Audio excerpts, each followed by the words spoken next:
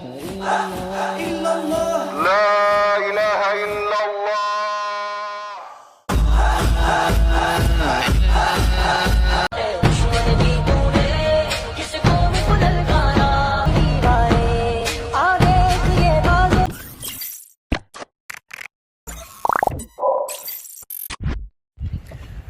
السلام علیکم ورحمۃ اللہ.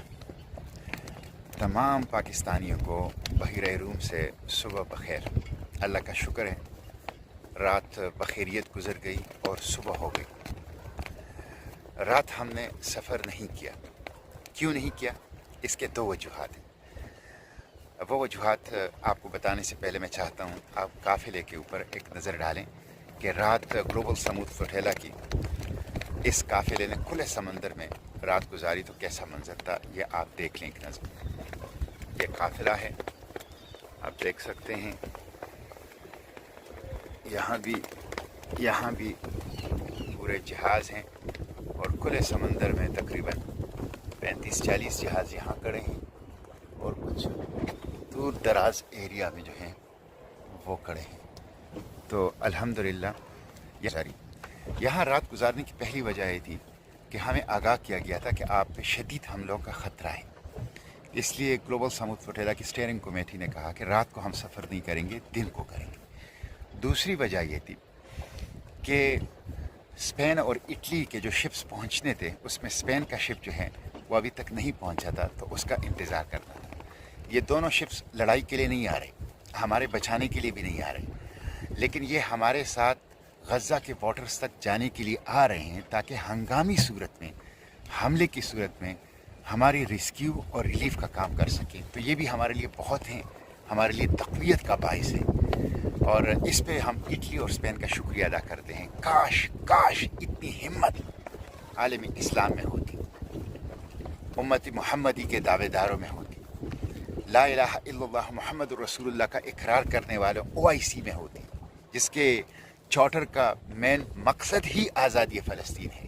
کاش پاکستان کے حکمرانوں کے اندر اتنی ہمت ہوتی کہ وہ ایک سویلین ریسکیو اور ریلیف مشن غزہ کے لیے بھیج دیتے. تو یہ وجوہات تھی جس کی وجہ سے ہم نے سفر نہیں کیا اور ابھی ہم تھوڑی وقت کے بعد یہاں سے سفر شروع کر دیں گے. اور آپ کو یہ بتاؤں اگر ہم نان سٹاپ چلیں تو غزہ ہماری آرزوؤں کی سرزمین، ہماری تمناؤں کی سرزمین، جس کے لیے ہماری آنکھیں ترس رہی ہے، جس کے لیے ہمارا دل تڑپ رہا ہے، وہ سرزمین مقاومت، سرزمین انبیاء، سرزمین مبارک غزہ اب صرف 3 دن کے فاصلے پر ہے. اور آپ سے ایک اور بات بھی شیئر کروں.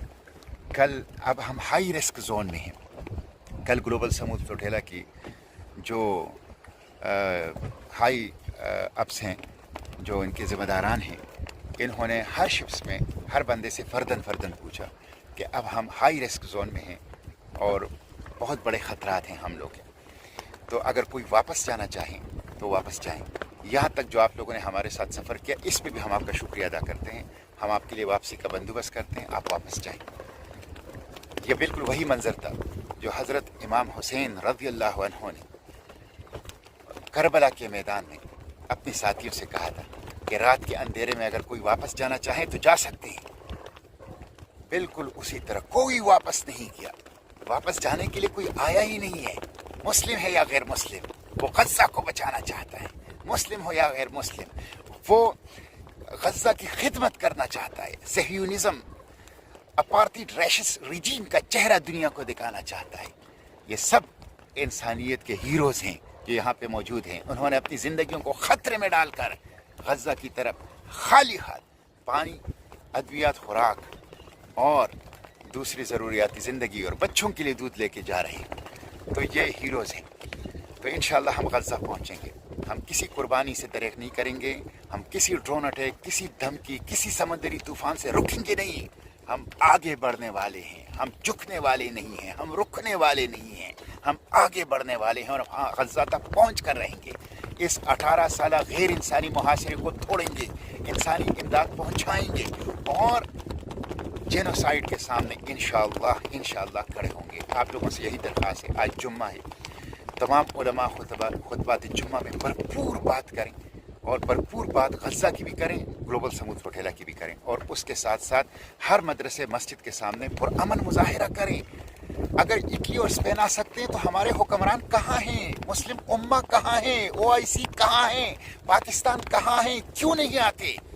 تو ہر مسجد مدرسے کے سامنے پرامن مظاہرہ بھی کریں تاکہ ان پر دباؤ بڑھیں، اور اس میں غزہ کی بات کریں. جو کچھ ہو رہا ہے ناقابل بیان ہے، غزہ میں ناقابل بیان ہے، ناقابل برداشت ہے. اور گلوبل سمود فلوٹیلا کی تحفظ کی بھی بات کریں.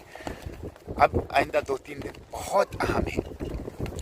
آل eyes on Global Sumud Flotilla, پوری دنیا کی نظریں گلوبل سمود فلوٹیلا پہ لگی ہے. اس لیے میں سوشل میڈیا ایکٹیوسٹ سے کہتا ہوں، متحرک ہو جائیے، یہی وقت ہے. اپنی کی بورڈ کو متحرک کیجیے، اپنے موبائل فون اسکرین کو متحرک کیجیے، اپنے سوشل میڈیا پلیٹ فارم کو متحرک کیجیے. دن رات ایک کیجیے، ویڈیوز بنائیے، پیغامات دیجیے، پوسٹ لگائیے، اور گلوبل سمود فلوٹیلا کی میسج کو آگے بڑھائیے. شیئر کیجیے، لائک کیجیے، کامنٹ کیجیے، حصہ ڈالیے گلوبل سمود فلوٹیلا کی اس عظیم و شان انسانی تاریخ کے سب سے بڑی غیر انسانی امدادی قافلے کی جدوجہد میں.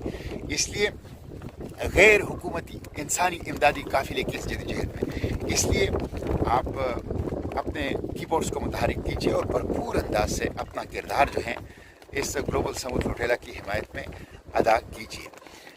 میں اس میں بھی آپ لوگوں کو تشویش سے آگاہ کرنا چاہتا ہوں کہ پاکستان نے اقوام متحدہ میں نمائندگی کے پینل میں جس خاتون کو بٹھایا تھا، وہ خاتون وہی ہے شمع جنیجو، جو ماضی میں کھل کر ریشسٹ اپارتھائڈ جینوسائیڈل رجیم اسرائیل کو تسلیم کرنے کی وکالت کرتی رہی ہے، لابنگ کرتی رہی ہے، حمایت کرتی رہی ہے، کیمپین اور مہمات چلاتی رہی ہے.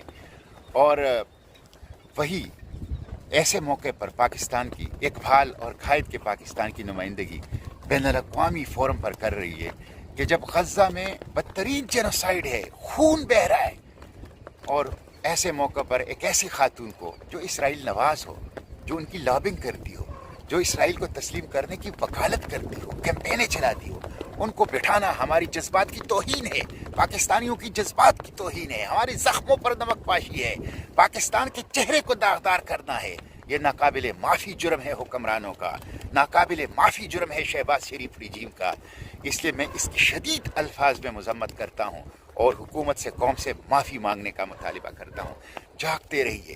اسلام آباد میں اسرائیل نواز لابی ہر موقع پر ایسی کوشش کرتی ہے کہ پاکستانیوں کے زخموں پر نمک پاشی کریں، احساسات کی توہین کریں اور اسرائیل کے لیے راستہ ہموار کرنے کی کوشش کریں. تو جاگتے رہیے، آنکھیں کھلی رکھیے، اسرائیل نواز لابی کے اوپر نگرانی کیجیے، برداشت نہ کیجیے اسرائیل نواز لابی کو. انشاءاللہ ہم غزہ پہنچ کے رہیں گے. غزہ کے ساحلوں پر بچے اور درد مند ہمارے استقبال کے لیے چشم بھرا ہے. ہم ان کو بتانا چاہتے ہیں کہ مظلومین غزہ ہم آ رہے ہیں اور ہم آئیں گے انشاءاللہ. ہم ہر صورت میں انشاءاللہ پہنچیں گے، اللہ کی مدد سے، اللہ کی نصرت سے انشاءاللہ. ہم خالی ہاتھ